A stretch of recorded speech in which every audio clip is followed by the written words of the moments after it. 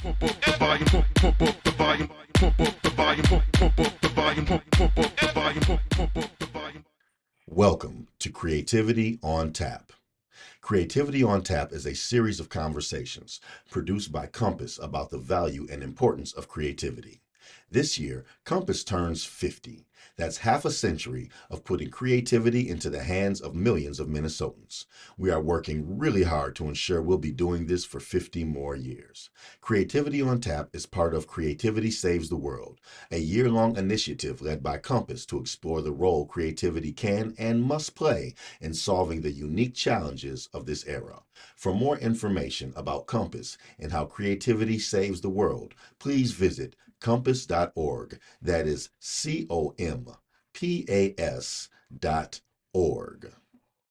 We are live today in our first podcast and webcast recording from the Minnesota Spokesman-Recorder podcast studios.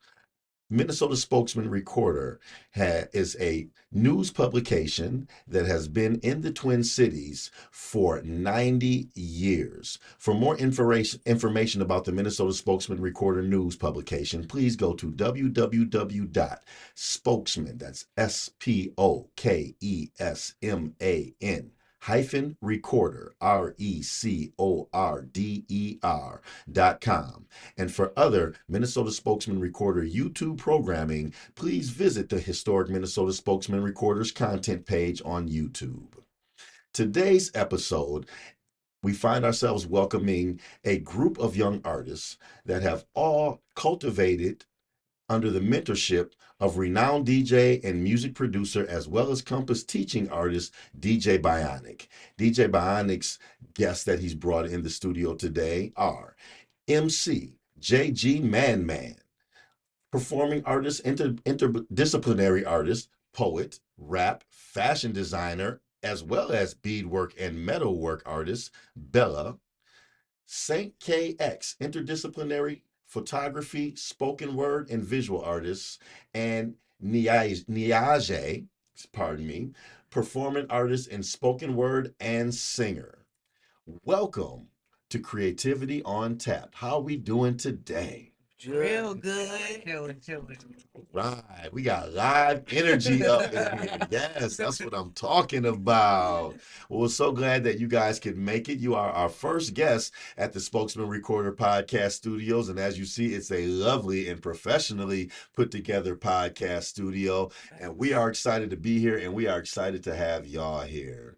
So we're just going to fire away some questions. I'm going to ask you guys about your careers, about maybe even a little bit about your upbringing and how creativity's played a role in your upbringing, where you're at, where you've been, and where you're going, and how creativity has played a role in all of it. Bet? Let's do it. All right, let's get it going. All right, well, we'll start off. On my right, we have MCJG Man, who I understand is the most experienced of all of the performers that we have with us. So I'm going to ask you this question first. What's the first thing you remember creating, or the first time you thought as you created art, man, I love doing this? I want to say probably like 2 years ago. It was this song I made, Okay. and I wasn't too sure about it. But the more I listened to it, I'm like, think I got some here. Then I performed it. Uh-huh. It's like the crowd went crazy, and I'm like, yeah, You got this bit is what by I the want to do. stage bug. No, for sure. Yes, yeah, I can relate to that very much so. And once it bites you, you in it now. So yeah, well, what is your favorite thing about being on stage? The vibe, setting Okay, the tone, everything. It just let me know I'm doing something right to make other people feel good. man, Honestly. that's what's up. That's what's up.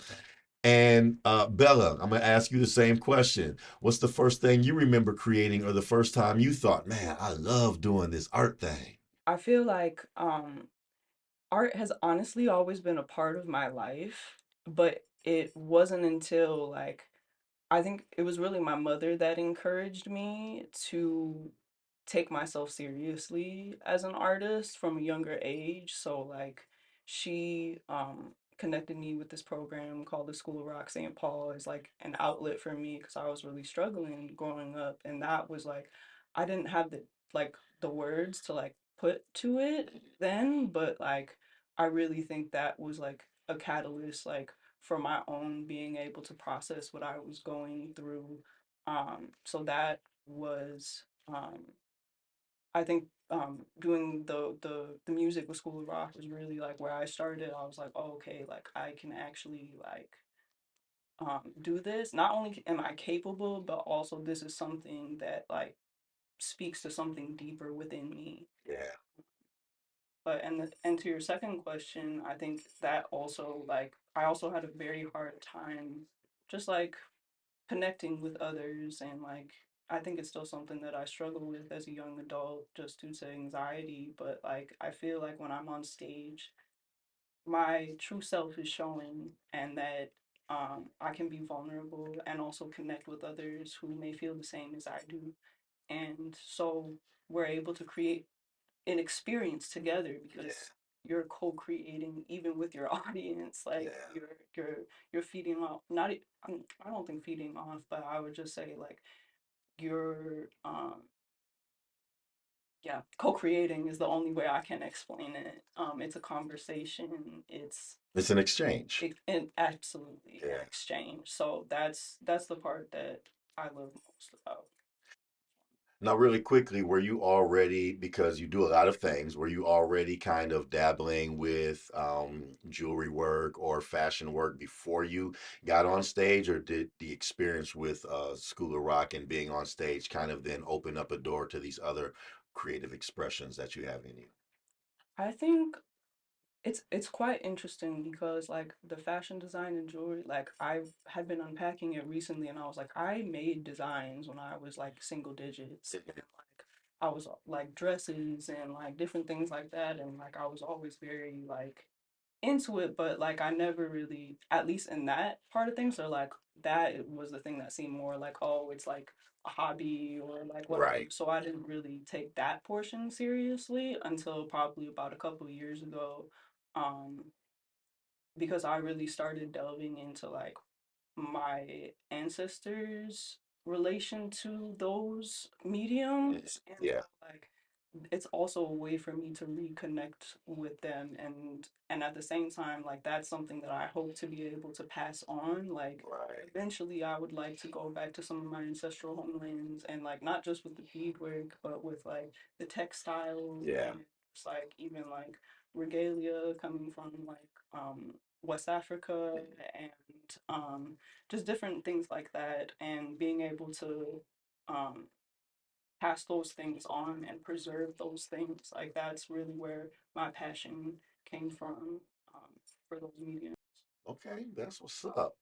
Very, very well thought out and introspective, and you put a lot of depth into the processing of what your art means in relationship to your spirit. That was a very profound response. Saint KX. First off, I got to ask you, what does the KX stand for? So the shortened version of my name, my full legal name is Dakota, so it's Coda. Uh-huh. So KO, and then I just did an X. Just easy. The unknown. The unknown, yeah, Yes, pretty much. that's what's up. So tell us, what was the first thing you remember creating, or the first time you, as you were being a creative, thought, man, I love doing this. This is it. Yeah, so I wanted to be an artist like for most of my life. When I was like probably about 3 years old, I started drawing, and like people in my family just noticed I was like good at it, so they just started supporting me. Mhm. Which is different than a lot of people's stories. I read somewhere that people learn if they're good or not at art when by the time they're 7. So somebody's already told them that they're bad when they're 7, right? Wow. And so for me, like having that has been really cool. But I think for me, like it has become something more than that. So as a kid, I was a skateboarder. I still am. I've been skating for almost 2 decades. So 2006 when I started skating, and that really led me into more of this, art space type of way of being. I would say that like when I was about 13, I got into a lot of trouble. I did a lot of home invasions, just got into a lot of trouble. I was looking at a long time. Hmm. And when I was locked up in juvie, that's where I really found my love for, drawing and writing, and I got really into poetry. I had my first charge by the time I was, 11 years old, and then my first misdemeanor by the time I was 12. And so, getting in trouble was like just something that was just natural to me. So I needed an outlet move all that negativity and all that negative energy into. And so, when I found poetry actually in juvie, it was just like something I fell in love with. So that was my first love, was spoken word poetry, I would say. And I've been writing now for like pretty consistently for going on 10 years. So, that's something that I pride myself in, is just being, not just a good artist, but understanding the history, being an intellect.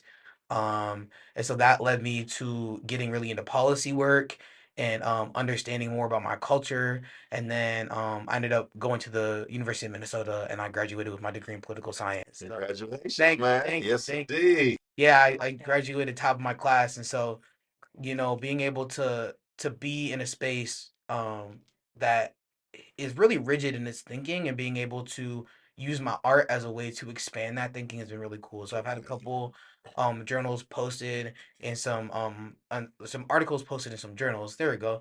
And that kind of a thing. So, and I got minors in my culture. So I got minors in Afro Indigenous Studies, American Indian Studies, and so, in that way, now that I'm making my own music and doing art more regularly, I would say, as a full-time artist, I have the opportunity to really engage with my culture a lot like Bella. I get to learn more about my indigenous heritage.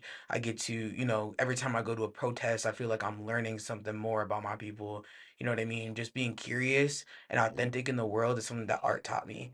Um, and now I'm just trying to give back for real. Like, I've done a lot of harm in my community, and art is an opportunity for me to also give back. So, yeah, I'm making money, but I'm also being able to give back. And so right now, I'm in the Bridge Makers program with Cole Stevenson through Ramsey County Workforce Solutions, and I'm working on getting my business up and running. So right now, I'm working on an art space and skate shop. So the whole Nice. idea is, people that want to create good. And so I'm hoping to make it like more of a nonprofit, to where young people have a place to go on the weekends or in the evening, so they're not getting in trouble, right? Have access to, how do you use certain programs? How do you use Canva? How do you use Adobe Photoshop, right? Like, trying to create a space in St. Paul geared towards local artists who are also young people who just need a space to go. That's what's So, up. That's what's up, man. You true success story. thank you, thank you. Yes, indeed. Wow, man, we're gonna come back to all of this. So many things buzzing in my mind hearing you guys talk about your stories and journeys so far. So we're gonna come back Appreciate to it. all of this. But before we even move further, Niaje, Yes. Let's go. performing artist, spoken word artist, singer. Yeah. Tell us when you first remember creating, or the first time you thought like, yo, this is me right here. Well, to be honest with you, ever since I was little, I promised to God that I would be famous. Then I switched over to just being well known. And I always wanted to sing. I've been in my church choir.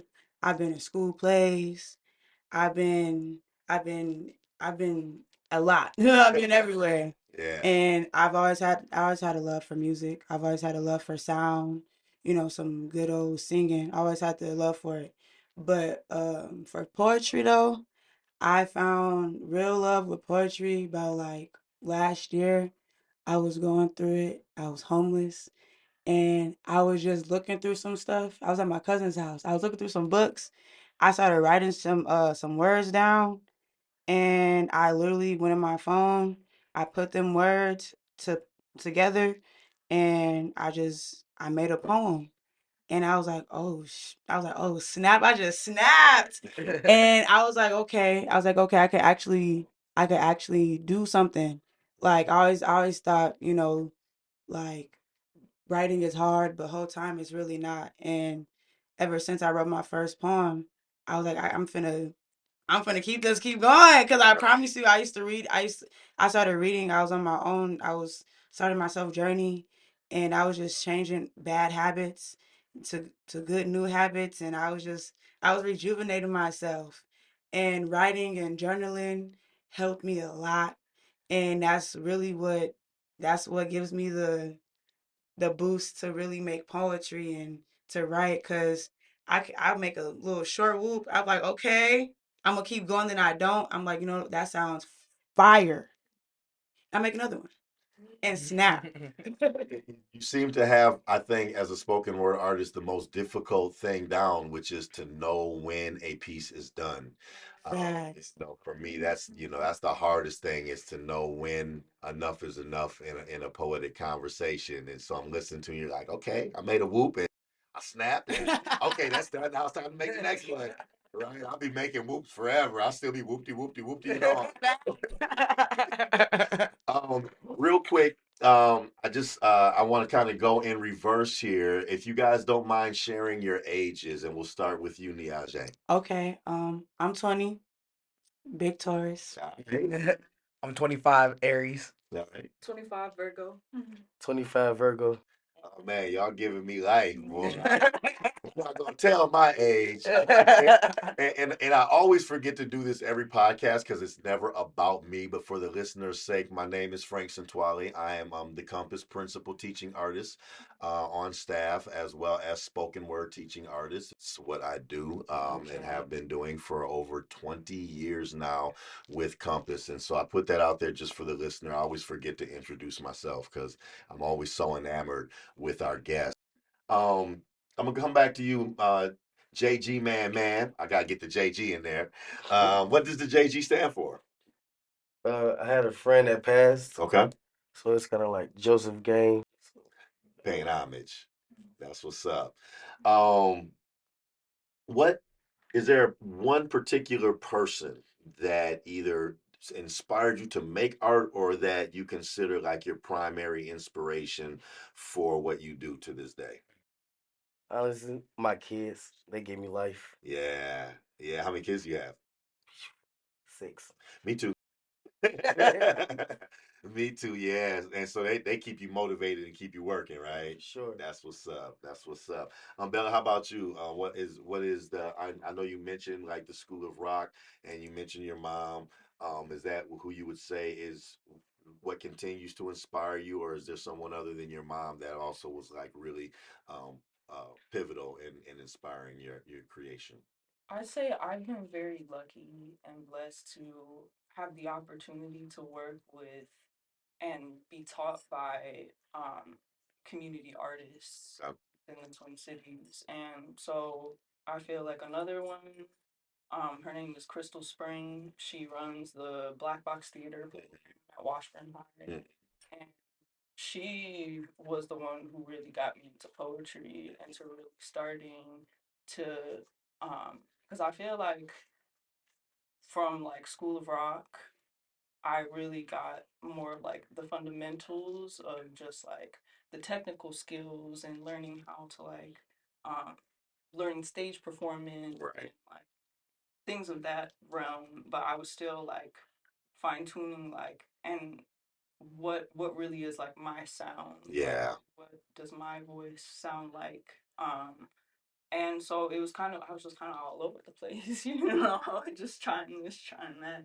But I really think that program and her, and also because Crystal Spring was taught by Jan Mendel, who is the co-founder of the Irreducible Grace Foundation, um, and alongside Dr. Darlene, um, and so that whole crowd really, I think, helped me to make the connection between like really getting down to like what is my truth, and at the same time like I feel like IGF took it deeper because they taught me about the biology of trauma, Yes. Yes. and that changed everything. Yes. And Yes. it changed the way that I wrote. It changed the way that I interacted with my art completely. Because like I feel like before it was kind of just like, again, like kind of like a shot in the dark. But it's like, oh, this is like something that it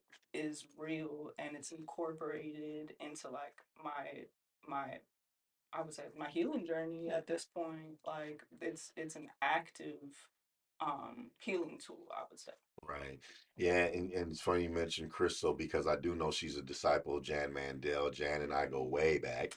Um, I started working with Jan in 1999 when I built my spoken word residencies. Jan brought me in the Black Box, and I was the first spoken word artist that introduced spoken word to the Black Box Theater at St. Paul Central.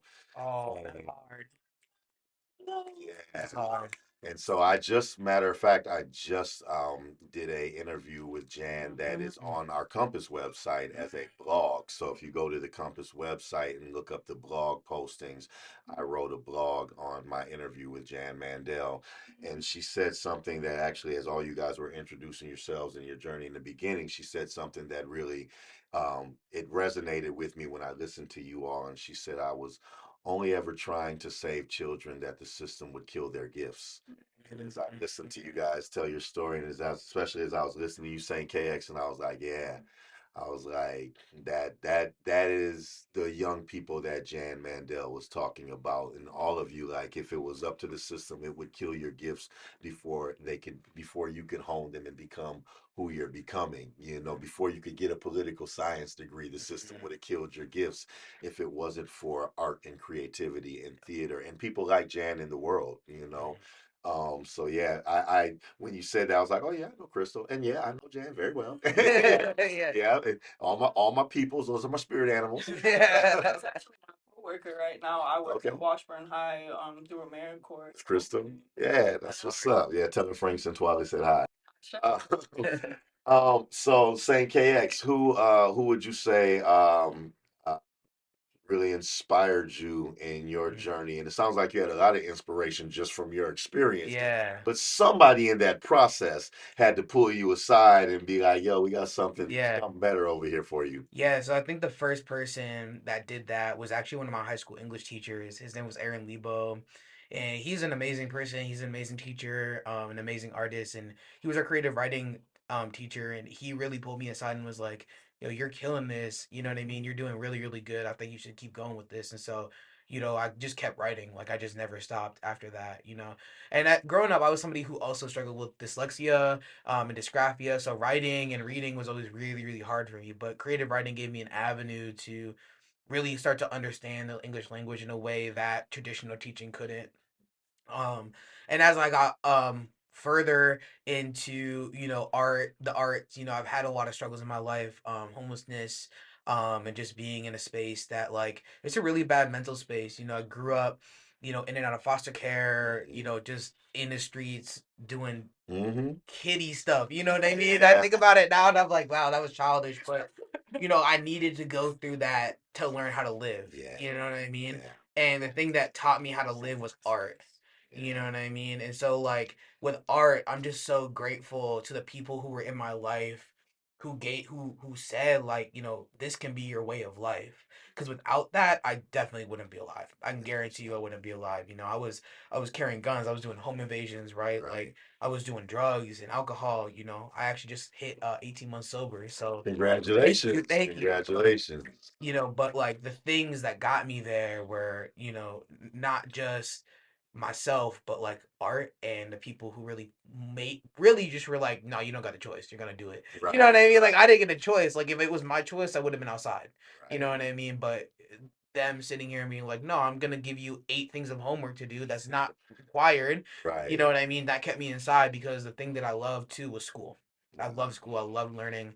And was blessed with the opportunity to go to a small public art school in downtown St. Paul, Creative Arts Secondary School, which is where I met Aaron Lebo and a bunch of other amazing artists through that. And so, I've been really blessed a lot, like Bella said, and my fellow artists here, that like art really has blessed us with opportunities that I don't think we would have gotten anywhere else. So yeah, Man, grateful, gratitude. I need you to say that for the legislatures. Hey, I'll be there. I got my degree. I'll be there.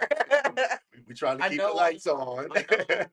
I'm actually in contact with Governor Walz and our deputy mayor of St. Paul. I'm on a couple youth advisory boards, and so that's another part of my art that I've gotten to expand on, is being able to talk to people at the policy level. Like, Yes. yo, like we need this. Like young kids Yes. just need the opportunity, especially like young Black and brown kids. Like Yeah. we don't have the same opportunities as our white counterparts, and so like we need these these opportunities to grow and learn and be like functioning members of our communities. You know what I mean? Not even society. I don't give a fuck about society, excuse my French, but like our communities. Like our communities need more young people who grow up to be leaders and mentors. You know what I mean? So art's an avenue. So the system doesn't kill their gifts. Exactly. Definitely. Exactly. Niaje, Yes. same question to you. Like, you talked about finding some poems. Who was the person that either inspired you or that co-signed for you? Because you seem very self-confident, so somebody probably had to co-sign along the way and be like, "Yeah, girl, you are her." Okay. Yeah, honestly, first person for sure is my mom. Yeah. R.I.P. I love you, mama. Um, my mom has been my biggest fan since the beginning. She's always pushed me. And yeah, she used to write herself. And I found out after she died, like girl. But but yeah, that's definitely my number one. One of my best friends is here, Mr. Montre. He has pushed me through my journey and has helped through a lot.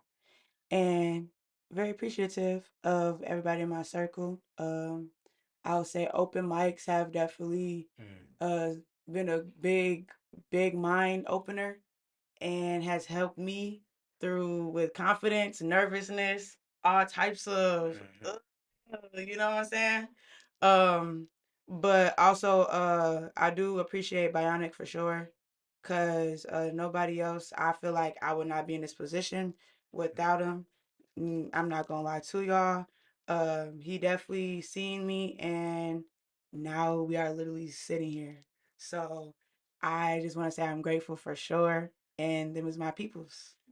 Well, there it is. Yeah. Yes. Love you, babe. Well, I'm glad you mentioned Bionic because that's where I was gonna go next, and we'll keep it with you, Niaje. How would you say Bionic has helped you grow most as an artist? Oh my goodness. Well, first off, when I first came to Bionic, I literally my first question was, "Can you help me with some I need help with lyrics." Mhm. Then then it came to us literally I had my first poem I ever written. He said, I pulled it out for them.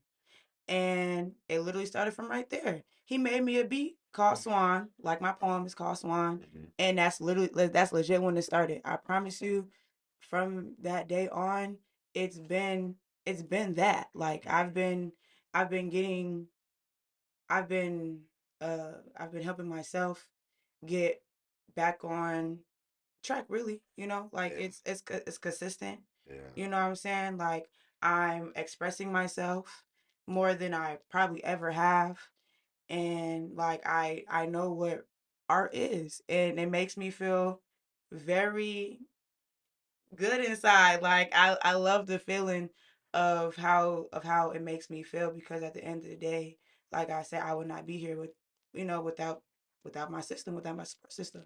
So yeah. The glow is showing. I can tell you're in a happy place. It's a beautiful Ooh, thing. of course. Indeed. You got to keep the vibrations up there. Man, we absolutely have to, especially in today's society where not only um, is the world trying to kill the positive vibe, um, so not only do we have to keep that vibe for ourselves, but then we get to represent what that vibe is to other people in the world so that they can be inspired. And that's part of what we do as artists. Man, how's working with Bonnie help you grow as an artist? Mm. Honestly, it's like I always had the talent, but he just showed me like you can do this better, or tighten this up, or do this, just little add-ons that make me a better artist than what I was already. That craftsmanship. Yeah. Yeah. What's your favorite part when you're looking out at a crowd and the beat comes on? Like, what's the first thing that just is it when the crowd vibes with the beat? Is it when somebody you see responds to a bar or a lyric you said? What is that thing that just is like boom? I'm glad I'm hearing this moment. I don't know. When I see heads start bobbing, I start bobbing. That part. Man, if we had time, I'll tell you off after the pod. I'll tell you a story, man. That I have a story about that. The first time I was 15, the first time I was on a big stage in front of thousands, and yeah, I'll tell you about it because that you just reminded me. I know that feeling too well. Bella, how's working with Bond to help you grow as an artist? I really think it's taking this and making it this. Mm, Discernment, yeah, focus, consistency, you know, that I think that's the thing, like, where it's like, I feel like it's true for all of us. Like, we have the content, we have the talent, we have passion. But it just, I feel like Bionic has the experience of the professional side of things. And I think, like, it's helped me to, instead of getting overwhelmed by like, what am I gonna do? How am I gonna do it? He's like, these are the steps, the measured steps that you can take yeah, in order to grow over time. You know, I feel like, speaking of society again, we're just like in this instant gratification or the shame based place where it's like, if I'm not exactly here, then like I should never try to achieve this thing, and just like, you know, just try and do what I can to I don't know, hopefully survive. You know? right, right. And I think he I think we're really starting to talk about like transforming the mind, and like in the sense of like, okay, these goals are reachable, and here's what we do to get there, instead of just like being like, I can never get there. You know? Making it Yeah. tangible for you. Because the mountain is so big when you look at it, you know, it's like, well, where do I even start, you know? But it's Yeah, like, I think, especially like there's as in just the fast pacedness of our society, of just like, we need to be out there, we need to be seen, we need to make it immediately. And it's like, well, you don't see like really all those struggles that those people who have made it, or even just like the people who you would deem successful, like you don't see all those times that they failed, that they were told no, that they had to like push and overcome, like even when like they wanted to die, even when they wanted to, you know, just like the life of an artist, that I feel like to be an artist is to be a warrior in a way, like in the sense of like I feel like, at least like for our cohort, like we're, I don't even know how to explain it, but like being able to bring forth these messages and these forms of expression, and to like connect with each other despite everything that is threatening to take it out or like shut it down. Like I feel like that to me is like some of the ultimate form of revolution and resistance. absolutely. And so I feel like Bionic is really like a change agent, to be honest. Like he's like one of those silent masters, you know what I'm saying? That is just like, I was literally just talking to my brother about this earlier, because he really was just like getting like, well, everything in the world is just terrible, so it's always going to be terrible, and I can't do anything about it. And like, it's like, bro, um, when you focus on that light that you got in you, and you focus on pouring into that in the others around you, it's like it's those small drops that create ripples and then Yeah, go into waves, you know? It's like it's not so dramatic, you know, it's not as instantaneous as you wish it, but then those are those roots that grow and become the strongest foundation, you know? Like I feel like some of those things that go up just immediately like that, they can burn up just like that. yeah. Or they come crashing down just as fast. Yeah, exactly. Yeah, Exactly. yeah.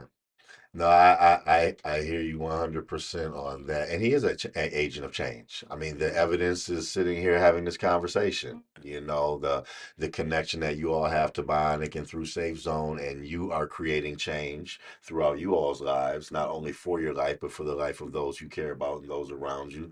And so that keeps expanding, just like Jan into Crystal into you, right? And then me and Jan and our relationship, and now here we all are Hmm. creating change together, right? Um, Say KX, Hmm. how's working with Bionic helped you? Yeah, Bionic is fire. I love Bionic. That's my dude right there. I think the part about Bionic that I love so much is that he doesn't force you to be in a box, but he helps you refine all the boxes that you're in. Uh, Right? And so for me, like I do a little bit of everything. Like I think the first show that I worked with these amazing artists on was I made a shirt. Just I was like, let me just make a shirt. I wasn't even really involved in the show like that, but I made a fire design and Bond was like, we got to get you on board. You know what I mean? Like, so he really helps you like not just like hone your craft, but also like he just creates a space for everybody to be. And I've been really grateful for the opportunity to learn. Like I think being involved in shows and learning what it takes on the back end, to create a show, just because I do a lot of background stuff too. I've gotten to learn a lot about like what does it look like to be an artist long term? What does it look like to produce a show? What does it look like, to do all those technical aspects, but also what does it look like to make sure that you're feeding yourself and your own art and your own craft? And so like right now, like I'm looking at getting into like teaching. I love watching young kids like develop. That's like probably one of my favorite things, their craft. And and I want to be that mentor that like I wish I had a lot sooner. Like I wish I had Bionic way back when I was like, 12, 13, you know what I mean? right. I'm grateful for how things played out. I have a lot of gratitude for like the things that I went through and like how it cultivated my own art and who I am as a person. But to get kids at a young age when they need more guidance, you know what I mean? Like that's the piece that a lot of us were missing, you know what I mean? So how do you step in and like pass that forward? Like we're talking about those small ripples, turning into waves. But I think more than that too, like Bionic Bionic just like teaches me about life. Like, you know what I mean? Like art is more than just I'm producing a product or I'm producing a song. It's like how you live and how you breathe and how you move, right? And so for me, like the way that I move is like really integral to how I'm doing my art. So like my art will shift with where I'm at in life and what I'm doing and how I'm just like existing, right? And so I've gone from poetry and visual arts to making hip hop and rap music to making now I'm making a lot of like deep ambient music, like just a place where I feel centered, right? Like and so just like as I'm moving on my journey, my art moves with me. So if you follow my journey, you'll see like where I was at to where I'm going. And honestly, like the thing about me is like I'm not gonna lie. I don't really care what other people think of me or my art. Like I'm strong and I stand in that my art can fluctuate with where I'm at in life. That's okay. You know what I mean? I have a lot of people who are like, I just wish you would do this just all the time, and it's like, yeah, but like I'm not in the same place all the time. You Right. know what I mean? Right. My life, Right. I'm also human. You know what I mean? I'm gonna fluctuate with my art, and so for me, like, I don't really listen to a lot of that, like and it's not even hate. I think it's people just genuinely wanting to hear more, of a certain kind of music, but I'm just not in that place. You know what I mean? And so I have to like hold both like what the people want because they pay my bills, right? But I also have to hold like I'm allowed to be human and I'm allowed to like shift where I'm at in life and like that's okay. And Bionic has really created a space to where that's okay. You know That's what what's I up. mean? And so learning how to just like be okay and stand in my decisions. Like I think like as an artist, you always are trying to perfect, right? Is constant. When I'm doing a show, I'm perfecting every little thing. Like, am I gonna read off my phone or am I like what type of experience do I want my audience to have? You know what I mean? And once I figure that out, I'm sitting there and I'm going over it and again and again and again and like that can seep into your life too. And so how do you just allow yourself to like be in your creativity? And Bionic creates that space for me. That's what's up. That's Yeah. what's up. It's very Andre 3000-ish. Thank you. He's one of my favorite artists, so you know. He's like, I'm just gonna do a flute album because that's where I'm at right now. Right. So Bella, have you ever tried something creatively that just didn't work and the way you expected it to, and what did you learn from it? Can you think of like one time where you're like, "Ooh, okay, that one, yeah, maybe no, that one ain't Yeah, it," I mean, well, I think or a song or a poem or something? yeah, like, and especially with the B word, because like I'm such a perfectionist. Mhm.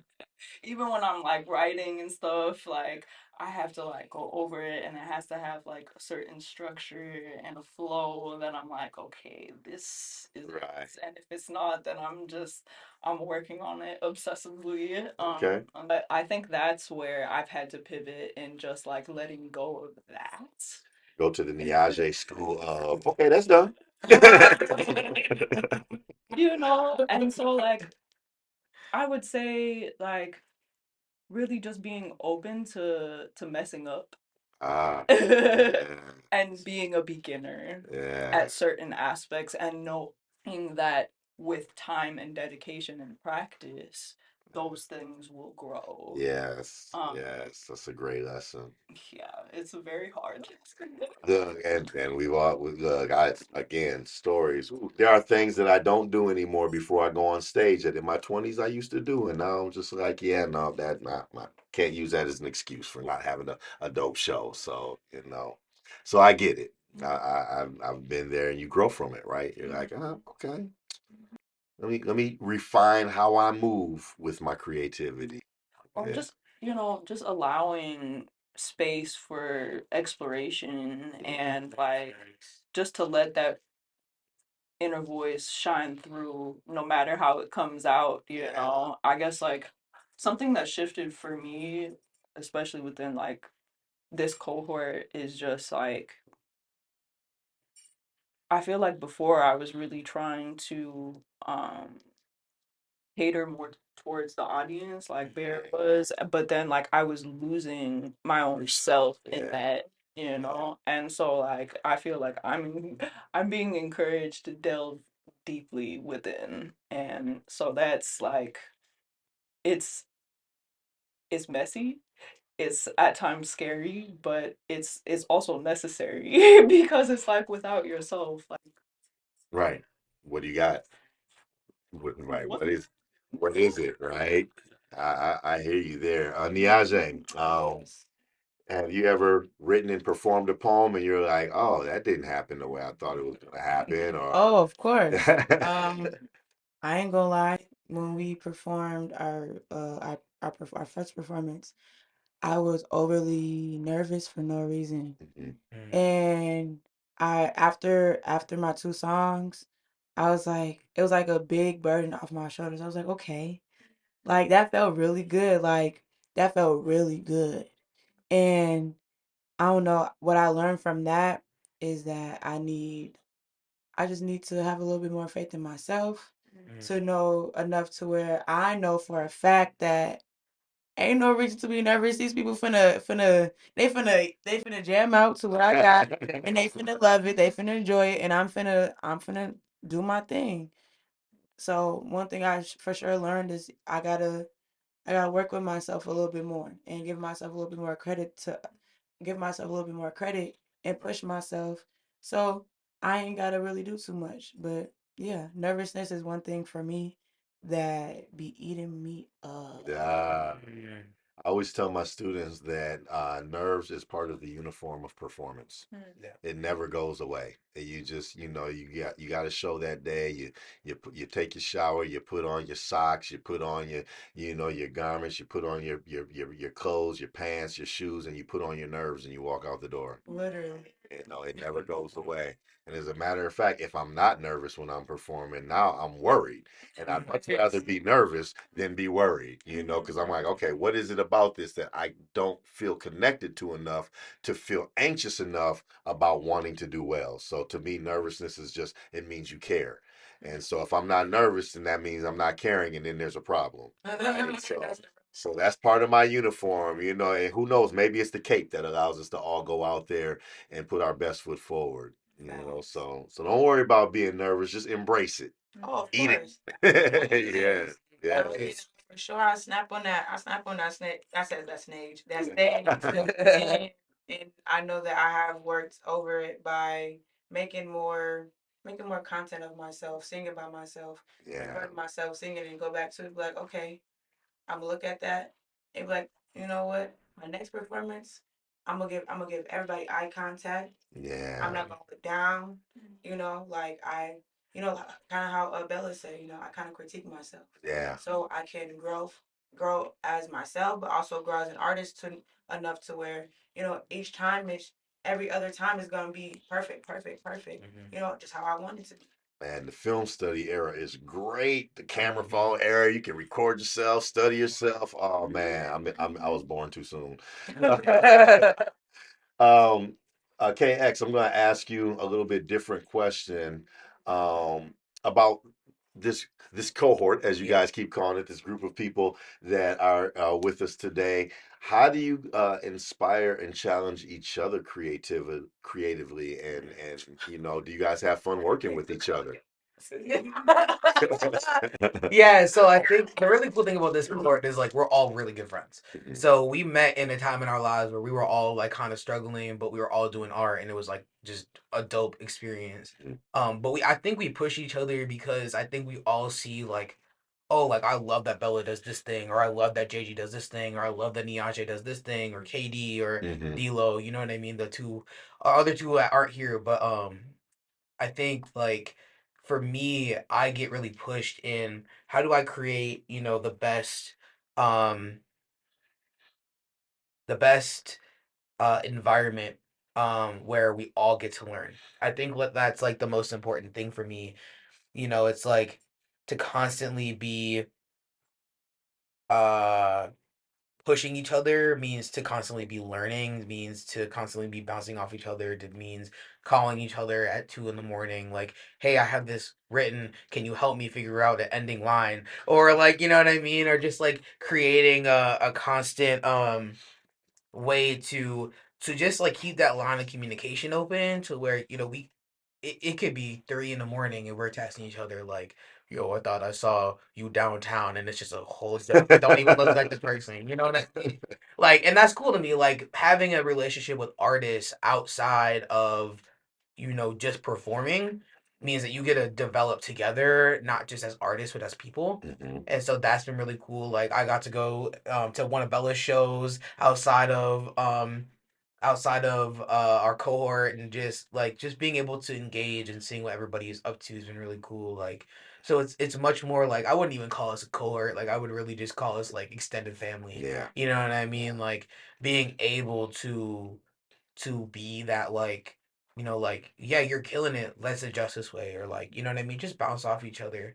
I think for me personally, the thing that I think I've grown in how I like, you just get to learn how artists think and how they talk. Like I think when you're just doing art by yourself, like you're like, I don't know what I'm doing in the industry, but the more that you hang out with artists, the more you can move in the industry in a more fluid way. And so I've learned how to make more connections, how to communicate with other artists, right? Just by communicating with my really good group of art friends. So Right. That's what's up. And in your role in inspiring and working with each other, how have they inspired you, or how do you feel like you inspire them? Because you, as someone who's primarily, correct me if I'm wrong, primarily an MC, you have maybe a little bit more narrow focus on exactly like trying to create the best rap songs or be the best MC you can be, and really have a more narrow focus on that, while at the same time being connected to these artists that, especially these two that do so many things outside the medium of stage performance, right? So how do you feel like your role fits in terms of the relationship with this group? Well, for one, I'm the turn up friend of the group. Like every day, all day, y'all doing something. Yeah. But like he said, just outside of this, we're friends. Yeah. We be around each other. We have a group chat. We text in. We send the music inside the group chat. Like, how this sound? What you think of this one? And then I don't think none of us afraid to tell each other like, you can do this better, you can switch this up, or you know, That's important. Yeah. Facts.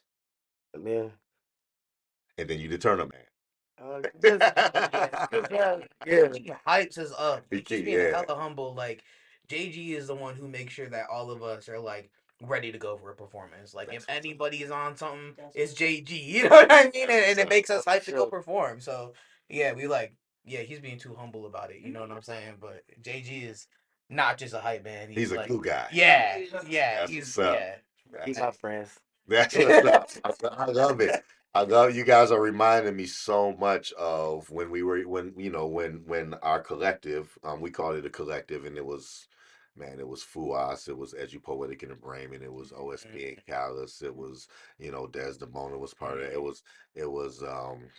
was a collection of artists that all, much like you all, did different things, and we performed. I think there's only one song we were ever all on together, and we did that at First Ave in the Seventh Street entry. But it was four different groups or solo acts all performing, and we would all book shows for each other. And so as I'm having this conversation with you guys, it's really taking me back, and I'm like, it's a continuation of the legacy of creativity and how each generation has its voices that become beacons for their environment, for their community, for their peers. And so I'm really grateful to be able to have this conversation with you all and know that process with each generation continues. And so I'm laughing inside because I'm like, yeah, that's Sister Leslie over there. Yeah, that's ODOT right there. And so it's awesome to see this. And I hope that whether it's through Compass or some other medium, we can all get together and maybe have a generations thing, and really, because I think that's important now, because it's Kendrick wasn't lying when he said it's time for the party to die. And you guys are representing that recycling of spiritual and philosophical and intellectual art, while at the same time being able to have what we like to call the revolutionary party, right? Knowing when to turn up, and at the same time having a substantive approach to that turn up, where the art is bigger than just the party, but the art is about movement of your peers. And so I think that's a beautiful thing. I have just a few more questions for y'all, because I want to save about 10 minutes or so to get Bionik in here so he can talk about how proud of you all he is, and his process in this journey. So I'm going to rapid fire this one really quick. But can Yeah. I say one more Yeah, thing? absolutely. Since we talking about the group, Yeah.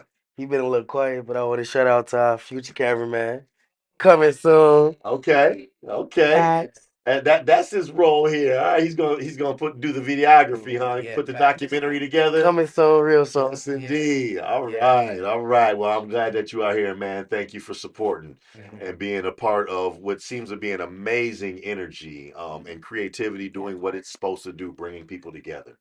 Yes, indeed. Um, Niaje, Yes. one sentence.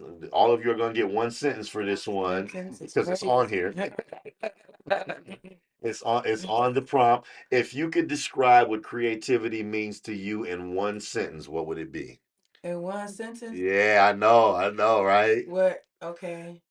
Wait, can you repeat that one more Yeah, time? absolutely. If you could describe what creativity means to you in one sentence, what would it be? Creativity to me is um being open-minded and versatile. Okay, that's what's up. I would agree, because you can't create with a closed mind. Yeah, you just stuck in the prison of a closed mind. Facts. And man, let's talk about All right. Yes, yes, ma'am. All right. Saint KX, which I love the Saint in front of the name. Appreciate And, it. and listening to your journey, you can own that. Yeah, I Come do. along. that. Yeah. Qualify for sure. Yeah. Yeah. Every saint has a past, and Man, every sinner has a future. don't we all? Don't Mhm. we all? If you could describe creativity in one sentence, what would it be? What Mm. it means to you in one sentence? Yeah, so creativity means to me creating a space where personal development and the betterment of community is created That's what's up. and produced. I like that how you brought community into it, right? Because a Mhm. better individual by default is going to be a part of a better community. Yeah. That's what's up. I like it. Well, y'all profound thinkers. Bella, if you could describe creativity and what it means to you in one sentence, what would it be? Mm, I feel creativity is like returning home Mm. and reminding me of how intrinsically connected I am to everyone and everything, Mhm. and that we all have that creation in common. All right, spirit energy. Yes, indeed. Mama Bella, Mama of the Earth. I actually played a character called Nana Tree one time. I was sitting there, it was like a, it was wild, but You yeah, didn't I know that got you would be casted as Nana an Tree. elder. You didn't know that you would become Nana Tree, huh? Maybe it's something inside of you. Yes, yes, that's what's up. All right, and then same question to you, JG Man. If you could describe what creativity means to you in one sentence, what would it be? Like forever have a voice. You Mhm. never know who around you or how it may affect other people in your life. Like for real, just forever be outspoken, creative, open minded, like she said. Yeah, it'll take you a long way. Yeah, that's about 5 good sentences. I'm messing with you. Right. I'm just No messing with you. period. I do like that what you said about forever having your voice, because when I'm teaching young people, the first thing I teach them about my spoken word residency is this is journey into finding your voice. Mm. And I think that is so important. And I'm glad that you are also mentoring because you're helping the next generation of young people find their voice. And you're doing it through an authentic journey. Like you said, every artist has a story. So the authenticity in your journey is what gives you the credibility when you all speak to folks about either what you do or what they can do. Right. And so I think that's an awesome thing. I'm going to ask you each one last question, and this is also an opportunity for you to plug any work that you have. For you as an artist, is there something that you have produced or created that you'd like to share with the listening audience, and then follow that up with what's next, or what would you like to accomplish next that you're excited about? And I guess we'll just kind of we'll go back to Bella, and then we'll let the queens go first, ladies first. We'll go Bella and then Niaje on this one, and then we will go JG and then Saint KX. Yeah, so I don't have anything dropped right now, but am planning to release an EP within the next year, so be looking out for that. My Instagram is BELLA_444 888. And I also have my business called Diaspora Dreams LLC. That's where like I'll be selling all my jewelry and apparel, anything like that. So that is also on Instagram at Diaspora Dreams LLC. Or wait, no, it's at Diaspora Dreams Designs. I forgot. Yeah, make sure you get it right Yeah, now. I Don't gotta be get sending myself people to like, right. hey, that not. Well, the thing is, I have a very complicated relationship with social media. I feel like everybody does, Yeah, I but was saying, like, as do we all. yeah, it's Right. everybody does, but I feel like that's another thing that within this core that I've been like pushed to like, it's like, Embrace, yeah. yes, because like being perceived is hard. Being Yes. perceived is very vulnerable, Yeah. even in those states where like you're able to like control at least somewhat of like your image, you know what I'm saying? Like it's still like a window into you. Absolutely. Um, so I'm learning to get more comfortable with that. Look, Badu said it best, and it will never be said better. I'm an artist, and I'm sensitive about my shit. Seeing her in concert, bro. ah, it was wonderful. Anyways. Yeah, yeah, she's a universal for certain. Um, Niaje, Yeah. Is there something that you have out that you want to plug? What's next for you that you're excited about? What have you created that is like this is my pride and joy at the moment? Talk to us. Okay. Well, first, well, Look, okay. she was ready. She put the phone down. She's like, since I got prep time, let me get my phone out and have it all together. I like that. But no, for real though, what's in the works right now is some poems that me and Bionic have been working on. Some poems that I did perform. I got those recorded. Working on those to get dropped. I've been creating new poems. I have been singing. Y'all can see me at open mics. I be popping out. I be doing my thing. Get them stage miles up. Yeah, Yeah. I've been working the stage. I've been, I've been getting it done. Honestly, I might be. I want to start some more church singing, some more choir Okay. singing. Okay. Also, I have a cleaning business. If y'all know Come on. anybody that needs their house clean, I have good rates at nice prices. Don't sleep. I get the job done real good, real clean, real thorough, and job guarantee for sure. Just bring the money. Creative entrepreneur. Yes, Yes, I indeed. do it all. All right. All right. JG Man, what's dropping? When can we get that JG Man hotness? So I just dropped the EP on YouTube like 2 weeks ago called "Don't Count Me Out." Okay. If you don't know me, that's the way you can get to know me. I'll talk about a little bit of everything. Okay. 2026, I have an album coming with some very, very big names and producers on there. All right. So just be looking out for it. Yeah. All right. That's what's up. Yes, Yeah. indeed. I like that too. Teaser. Gotta let them know. We'll go teaser in there. 2026. Big names, big producers. Look out. JG Man, y'all. What's the name of the album or the EP again? Don't Count Me Out. Don't Count Me Out. And it's on YouTube. Yeah. All right. So we can just type it in. Yeah. All right. And for those of you that need to know how to spell it, that's JGMANMAN.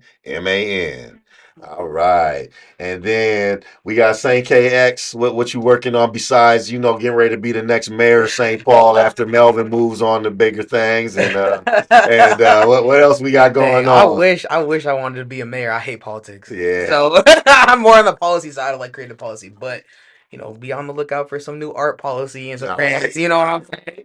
Hey, Caucus, Um, woo woo. yeah, I'm actually on my phone too. I'm not gonna lie to you, but my Instagram for my personal art is Saint Midwest underscore so underscore SAINT MIDWXST. Okay. So that's my personal Instagram. Hit me up if you want some photographs taken of your shows. I do it from anywhere from 50 to 175 depending on prints and that kind of a thing. Okay. I have another EP dropping beginning of the year, end of January.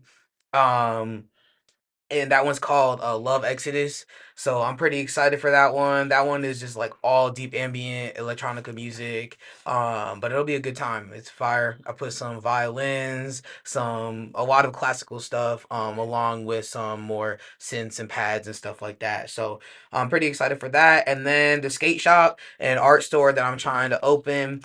It's called Saint Collective MN, and so that's literally all it is. SAINT Collective COLLECTIVE MN on Instagram. And we are a skate shop and a collective art space where we try to create good and create a space for young people to come. So That's what's yeah, up. just keep an eye out for that. Follow me on that kind of stuff. And yeah, I do a lot of independent contracting work too. So if you want something done, t-shirts, photographs, videos, you know me, not to take Trey stuff, but Y'all can collaborate. yeah, I need a two-camera shoot. hey, that part, you know what I'm saying? Just DM me on Instagram. It'll go to my requests. I look at all my requests. I delete a lot of them, but here we are. Hey, y'all don't just talk about it, y'all be about it. Don't talk about it. Right. Just be about it. I want to thank you all so much for coming in and joining us on Creativity on Tap. This has been a really fun podcast. I think one of the better ones that we've done. Just real quick before I let y'all go, Niaje, do you know that they now have a best spoken word artist, or best spoken word album in the Grammy category? And so something to think about in the future. One of our previous guests, Queen Sheba out of Atlanta, she's I still have to edit her episode of Creativity on Tap, but I interviewed her um about a month ago, and she actually is one of the finalists. And I've known her for years, and so I'm definitely plugged in with the national spoken word scene. So, for the spoken word artists in the crew, holler at me. I can definitely help plug you guys in with some opportunities in other cities because Gratitude. that's my Get field. down. Um, Thank you all for coming in, for the listening audience, and for those viewing. I'm going to go from my right to the left. So we have JG Man, MC and performing artist extraordinaire. We have Bella Dawson, interdisciplinary artist. She blends poetry and rap. She does fashion. She does beadwork. She does metal work, and she's definitely a universal. She's a celestial. We got Saint KX, interdisciplinary artist. He does photography, spoken word, visual arts. Basically, he's a one-stop shop. You need it, he does it. And if you need him to come and talk about political policy and about art policy, that's your man. He can come and talk to the young people about why they need to make sure they champion art going forward. And then Niaje, performing artist, spoken word artist, and singer. And they are all under the mentorship of the next person we're going to bring in, DJ Bionik. So thank you all for coming down, being a part of Creativity on Tap. Thank you. Awesome conversation. Best of luck in your ventures, y'all. Keep representing. Welcome back to Creativity on Tap. Wonderful conversation with our young artists, and we are now here with the man himself who has been working with these young people, and they spoke so highly of you and your guidance, really, in both helping them find linear directions so that they can stay structured in their path while at the same time giving them a wide breadth of possibilities so that they didn't feel pigeonholed in one thing. Welcome, DJ Bionik, man. Thanks so much. Real quick, I'm not a DJ. You're not a No, DJ. I'm a producer and a composer. A Okay. DJ plays other people's music. Yes. I play all my own compositions and produce and develop artists and then support them live. So I often am not DJing at all. So why they keep telling me DJ Bionik? Because when you see somebody standing up on stage behind a computer, that's what people think. You assume, right? It's okay. I like to keep people guessing anyway. What's up? And all those artists saying such nice things about me is really humbling. And as is usually the case, artists are underselling themselves and not realizing they're the ones with the passion, the determination, the hard work, the consistency. I'm just here. Yeah. They show up over and over again, you know? So it's a real privilege to have them consider me in that way because that's the way I feel about them. They're the ones really doing the work, you know? Well, it's very, very evident that they appreciate your mentorship and guidance and using your experience and expertise to kind of give them vision, really, and and I shouldn't say give them vision, help them see that their visions are possible is a better way of putting it. What a privilege. That was a common theme that you've helped them kind of really see, oh yeah, we can do this. This is a possibility. This is a real thing. And working with young people, for the audience, you are COMPAS Teaching Artist, Yes, and indeed. you clearly have dedicated a lot of your life and time to working with and mentoring young people. And you could be doing a lot of things. So what inside you made you make time and space for working with young people? Wow. So I've only been teaching for about 10 years, and it started volunteering at my son's preschool a day a week to show kids music, get them involved in making electronic, music. And it was just such a natural kind of thing. I love to see people be inspired, and it inspires my own art. So it's like this self-fulfilling kind of thing. And I really didn't see it coming. But I have spent my life as, the past over 30 years, I've been a white practitioner of Black traditional art forms.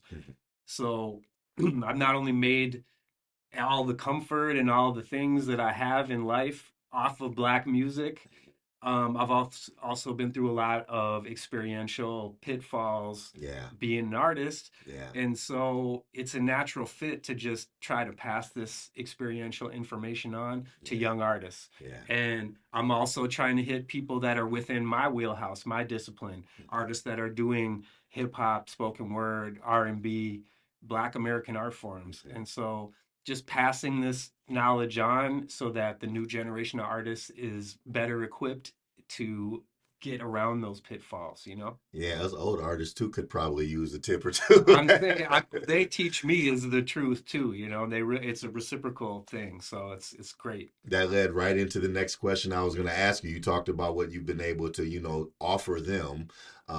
What have you learned from working with them? I've learned that naivete is one of the most powerful things about art, I think.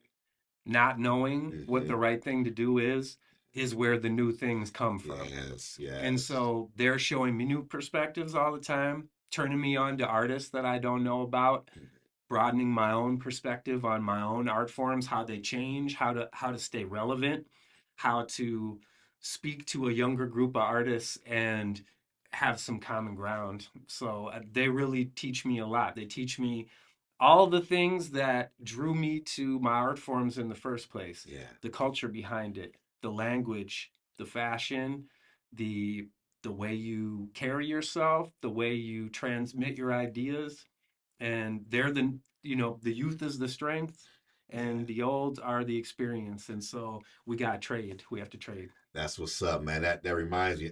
Outside, I guess it is still art related, but Terrence Crawford is one of my favorite boxers, and watching his training regimen, he talks about how he always makes sure that his training camp is full of young up and coming fighters for that exact reason. It's like, yeah, I have a lot of knowledge of what I can teach them, but they keep him hungry and they keep him coming up with a creative approach to a old problem that maybe he has his way of solving it, but then there's a way these young people, these young fighters have that he hadn't thought about, Yeah. and it's how he stays hungry and stays fresh. And it sounds like that's a similar approach you're taking with music. Like, it might be an old problem and you have your way of solving it in the past, but here comes this young person Mm-hmm. with a totally new line of thinking about how to solve this old problem. New perspective. Yeah. And like my son who's 16 has turned me on to more great artists in the past 2 years than myself searching in the past 20. And so I recognize that's a perspective I need in on. You Yeah. know, if I want to do this, if I want to continue to be a productive artist in my own community, you got to change and grow. It's the one thing you can count on is change. So Yeah. always be changing. And now music is, it's not easy to make. It's easy to access music making resources. Yeah.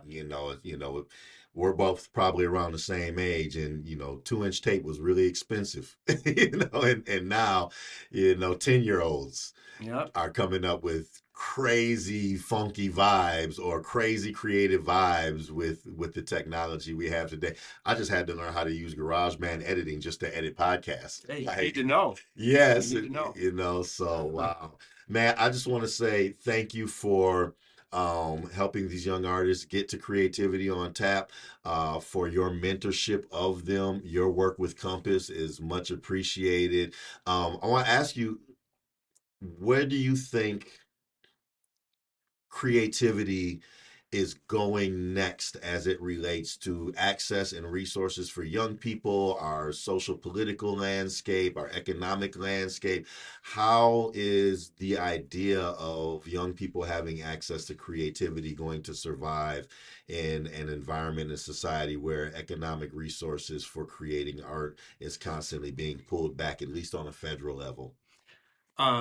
So obviously Compass is an answer in Yeah. a sense because Compass is the stopgap between this lack of arts education in our public schools and in our public forums and plugging artists in with these places where they can inspire people. But I really feel like I'm inspired by where creativity is going because it isn't that everyone's just on the most popular Spotify playlist listening to those songs. I see it with all these young artists I work with. They are searching out independent artists with less than 10,000 listens a month they're trying to find their own niche and their own cultural voice through these artists, and everybody isn't just towing the line. So Yeah. the idea that everybody's just on TikTok listening to the same songs, they hear those songs, Right. but they are digging in the crates just like we did. Yeah. It's just a different methodology, Yeah. but it's the same impulse. So I see that, and I think we got nowhere to go but up, because they're searching outside of the curve and looking for those unique voices that are going to inspire them. So I'm excited about where the future is going for art, because I see so many young people that are pioneering right now, and I know in 5 or 10 years they're going to be the next foundational level that is feeding what's going on. So it's cool and exciting. We had 4 of them in this room. Hey, I just want to say too, you asking those artists those questions is really important. And like, in a world where people don't feel very important, to be an artist and have somebody ask you about your process, your intent, your discovery is a big deal. And these people deserve to feel important. They're passionate, they're consistent, they're the epitome of what artists are to me. So having that recognition just makes me feel so good to see that. Well, I'm honored that I was able to be a part of it. It's very nostalgic for me. I remember having an opportunity to be them at 25 and 26 and 27 and 28, and luckily at that point in time, technology was just making it a way where us young aspiring artists could do radio interviews. It wasn't podcasts, but KFAI Yep. welcomed us, KMOJ welcomed us, public radio welcomed us, gave us a voice. And back then it was the FUAS and the Truth Maze and the Pen Soul and Edupoetic, and so I told him, I said, it's heartwarming to see the evolution of creativity, and yet the camaraderie of collaborative creativity still exists, and then be representing for your peers on a communal, for a whole community of peers. And so I'm honored to have that opportunity, and so thank you so much for your work with them and helping them find that cohesion so that we could bring these things full circle while at the same time advancing them. Amazing. No one better than you to ask them those questions too. And with your experience and your insight, you're the kind of artist they need to meet in their community, so that they know there's these support pillars that have been through it and that can guide me when I don't know what's going to happen. So appreciate you too, man. Likewise. I'm going to ask one more question, Yep. and then we're going to close. And I'm going to ask you the same question I asked them. If you could describe what creativity means to you in one sentence, what would it be? I guess I could do it in one word. I would say growth. Creativity equals growth. Self expression, self discovery, self value. Where we are in the universe and how we're perceived, I really feel like we find out all that. We grow in that way through art as the lens. So well, may we forever continue to be creatives then. Definitely, and grow. Yes, indeed. Thanks, Thank you, man. Bionik, Thank you. for bringing your mentees down and for coming in. You have been listening to Creativity on Tap with COMPAS. Creativity on Tap is a series of conversations produced by COMPAS about the value and importance of creativity. This year, COMPAS turns 50. That's half a century of putting creativity into the hands of millions of Minnesotans. We are working really hard to ensure we'll be doing this for 50 more. Creativity on Tap is part of Creativity Saves the World, a year-long initiative led by COMPAS to explore the role creativity can and must play in solving the unique challenges of this era. For more information about COMPAS and how creativity saves the world, please visit compass.org. That's COMPAS.org. Special thank you to the Minnesota Spokesman-Recorder podcast studios. For more information about the Minnesota Spokesman-Recorder news publication, please go to www.spokesman-recorder.com.